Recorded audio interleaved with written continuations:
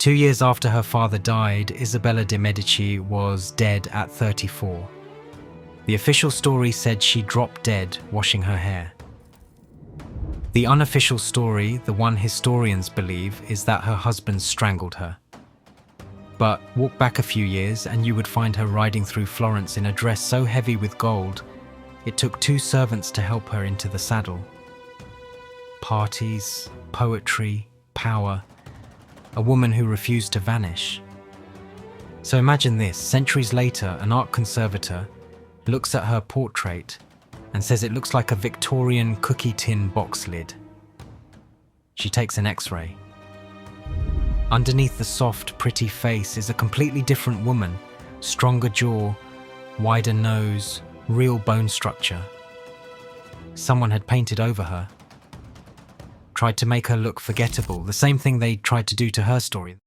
The portrait had been attributed to the circle of Bronzino, the Medici court painter, but nobody was sure. For years it sat in storage, catalogued as Eleanor of Toledo, which was a safe attribution. Eleanor was Cosimo de Medici's wife, a Spanish noblewoman who married into the family. Safe, boring, easy to file away. But Ellen Baxter doesn't look at paintings the way most people do. She's a rare mix, a painter with a bachelor's in art history, minors in chemistry and physics, and a master's in art conservation. She sees paintings not as flat, static objects, but as 3-dimensional compositions with hidden layers. And she knew that underneath this painting's surface was a face that hadn't been seen in centuries, belonging to a woman whose story was about to be dragged back into the light. The face of this portrait had that specific Victorian look, soft, idealized, pretty, in a way that has nothing to do with the actual person. The kind of face you'd paint if you wanted to make someone look like what you thought they should be, not what they actually were. The painting was technically a portrait, but the face was a mask. And Baxter knew that if the face was a mask, something was underneath it. Baxter brought the painting to the lab, and the X-rays did not disappoint. X-rays revealed exactly what Baxter suspected. The painting had multiple layers. She kept saying it was layered like lasagna. Underneath the top layer of paint was a completely different face, a different woman entirely. Stronger jaw, wider nose, more angular features. A real person, not a Victorian ideal. But here's where the story shifts. The curator, Louise Lippincott, had been sleuthing on her own. She found a Medici-commissioned copy of the painting in Vienna that matched the dress and hair exactly. And that copy confirmed the real subject. It wasn't Eleanor of Toledo at all. It was Isabella de Medici, Eleanor's daughter. And Isabella de Medici, the real woman underneath that Victorian mask, had a story worth hiding. Now, how did her face get painted over in the first place? When Baxter flipped the painting over, she found the stamp of a man named Francis Leedham on the back of the canvas. Leedham worked at the National Portrait Gallery in London in the mid-1800s as a reliner. The process involves scraping away the original wood panel from the back. It's delicate work, but somehow during that process, or shortly after, someone decided the real face underneath wasn't acceptable. The 19th century couldn't handle the real Renaissance face. Too strong, too real. So someone painted over it, softened the jaw, narrowed the nose, made her look like what they thought a woman should be. The 19th century art market didn't want historical accuracy. It wanted wallpaper. Paintings that looked good in a drawing room, that guests could nod at without thinking too hard.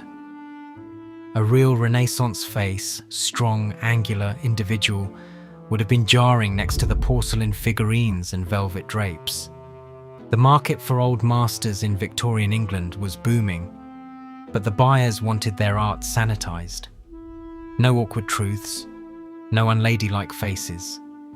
And the Victorians didn't just tolerate these alterations, they expected them. They believed in improving old paintings the same way they believed in improving everything else. Renaissance realism looked unfinished to them. Too raw, too honest. Their ideal of feminine beauty was soft, delicate, passive. The exact opposite of what Isabella's real face showed. So they corrected it, narrowed the nose, softened the jaw, blurred the bone structure until she looked like every other Victorian portrait of a woman who never existed.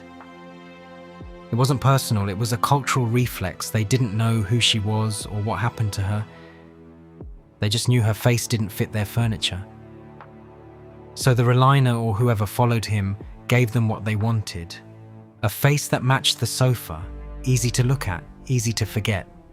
And the real Isabella was buried underneath someone's idea of what was appropriate. Isabella de Medici was the daughter of Cosimo I, one of the most powerful men in Florence. And from the start, she was different. Most noble women in the 16th century lived quiet lives. They married who they were told to marry, they produced heirs, and they stayed out of sight. Isabella did none of that. She threw famously raucous parties that people talked about for weeks. She spent money like it was water, on clothes, on jewels, on entertainment.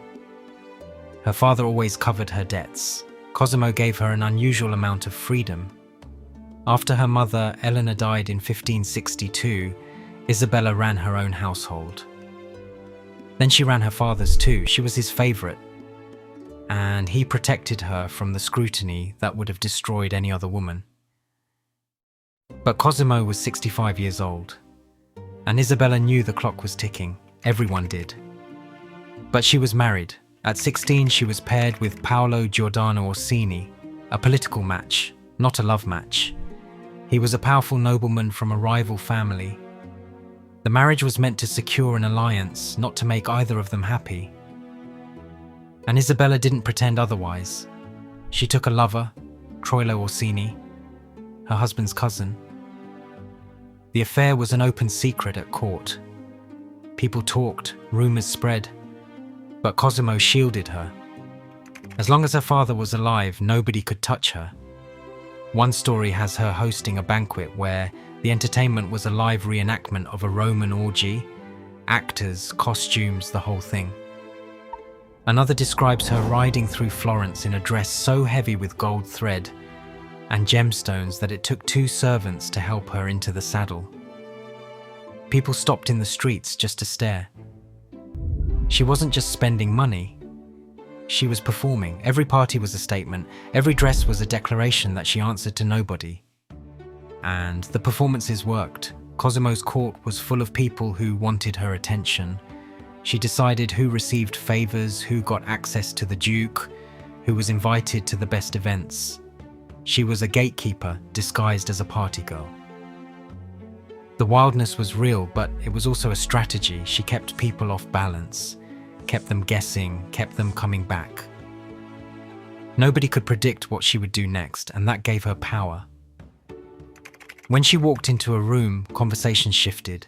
People wanted her approval. They also wanted her money, her connections, her father's ear. She knew it and she used it. But the parties weren't just chaos. Isabella cultivated a salon, poets, painters, musicians, thinkers. She corresponded with artists across Italy.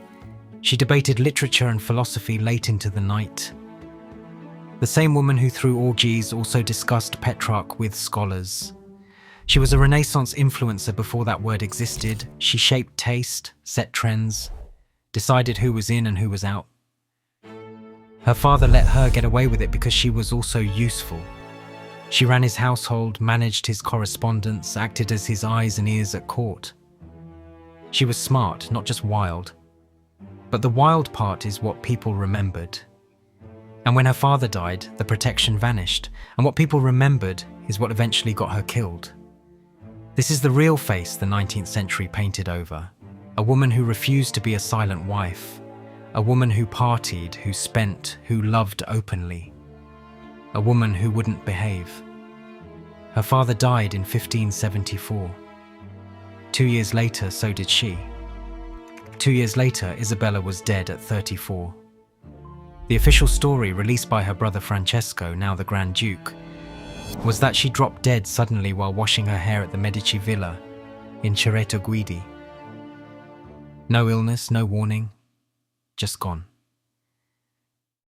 Paolo Giordano Orsini had every reason to want her gone. She was an embarrassment, a wife with a very public lover, a scandal that would not die. Killing her cleared the way for him to marry his own mistress, Vittoria Accoramboni. And with Cosimo dead, there was nobody left to stop him. No father to appeal to, no protector to run to. Isabella's brother, Francesco, now the Grand Duke, had his own reasons to let the story stand. Isabella was a political liability, and her death, however convenient, solved a problem he did not want to deal with. The official story was accepted and the investigation was over before it started. The unofficial story, widely believed by historians, is that her husband strangled her. The washing her hair story was a cover, and not a very good one. No investigation was opened, no charges were filed. Paolo Giordano Orsini pursued Vittoria Accoramboni almost immediately, and within a few years she was his wife. The message was unmistakable. Isabella had been an obstacle, and now the obstacle was gone. And here's where the pattern gets darker. The woman he married, Vittoria Accoramboni, did not escape either. A few years later, she was murdered too, stabbed to death by assassins. The order came from Isabella's own brother, Grand Duke Francesco, who wanted to secure the family's assets for Isabella's son. The same brother who had let the official story stand. Paolo himself died in 1585, but by then the pattern was set. The men around Isabella kept getting away with murder. No one in Florence asked questions. No one opened an investigation. Her brother Francesco, now the Grand Duke, accepted the official story without a single public doubt. And Isabella's body was buried in an unmarked grave. No monument, no epitaph. Just erased, the same way her face would be erased 2 centuries later. The same way her name would be swapped for her mother's on a museum label. The same way her story would be flattened into a footnote about a de Medici noblewoman who died young. By the time the Victorians got to her portrait, Isabella had already been erased twice, once by her husband, once by her brother. The third erasure was just paint on canvas. And here's the thing that connects back to the painting. The 19th century overpainting didn't just make Isabella's face prettier, it sanitized her entire story. A wild murdered woman became a bland, pretty noblewoman. Easier to look at. Easier to forget. The restoration didn't just uncover a face, it uncovered a crime. And the fact that the crime was hidden under a layer of Victorian paint in a museum basement for almost 200 years tells you everything about how history treats women who refuse to behave. And there's one more detail in the painting that tells us she knew how she was being seen. Look at what she's holding. It's an urn. Small. Elegant. Painted with obvious care. The kind of detail an artist would linger on. But here's what's strange, that urn wasn't in the original painting. And it wasn't one of Leedham's Victorian editions either. It was added later, sometime in Isabella's own lifetime. She likely added it herself. Now look at what it actually is. The urn is strikingly similar to the ones Mary Magdalene is often shown with in Renaissance art. The jar of ointment she used to anoint Jesus' feet. The symbol of the redeemed sinner. The woman who changed her ways. That's what Lippincott, the curator, said about it. This is literally the bad girl seeing the light. Isabella knew her reputation was destroying her. The rumors, the lover, the parties, it was all catching up. So she tried to control the narrative. She added the urn to make herself look repentant, pious, safe. But it didn't work. Victorians painted over her face anyway. The urn stayed. They didn't understand what it meant. But they erased the woman holding it. They made her look like what they wanted a woman to be, not what she actually was, and that's the part that sticks with you. Isabella tried to control her own image in the 1570s and it failed. Then the Victorians tried to control it again and it failed. But the failures are what made the restoration possible. The urn survived because nobody knew what it meant. The real face survived because it was painted over instead of scraped off. The attempts to erase her actually preserved her. The restoration reveals the double erasure. The real Isabella, the one who partied, who loved, who was killed, only exists now underneath layers of paint and lies. Every time someone touched this painting, they chose what story to tell about Isabella. And every time the real woman survived anyway. The version of Isabella that survives is the version nobody wanted us to see. Not the scandalous one, not the sanitized one, the one that was buried underneath both of them. And that's the only one that's real. Every time someone restored a painting, they chose what story to tell. The story they wanted to tell about Isabella was that she was pretty, quiet, and forgettable. She wasn't any of those things. If you want more stories about what is hiding underneath the surface, subscribe.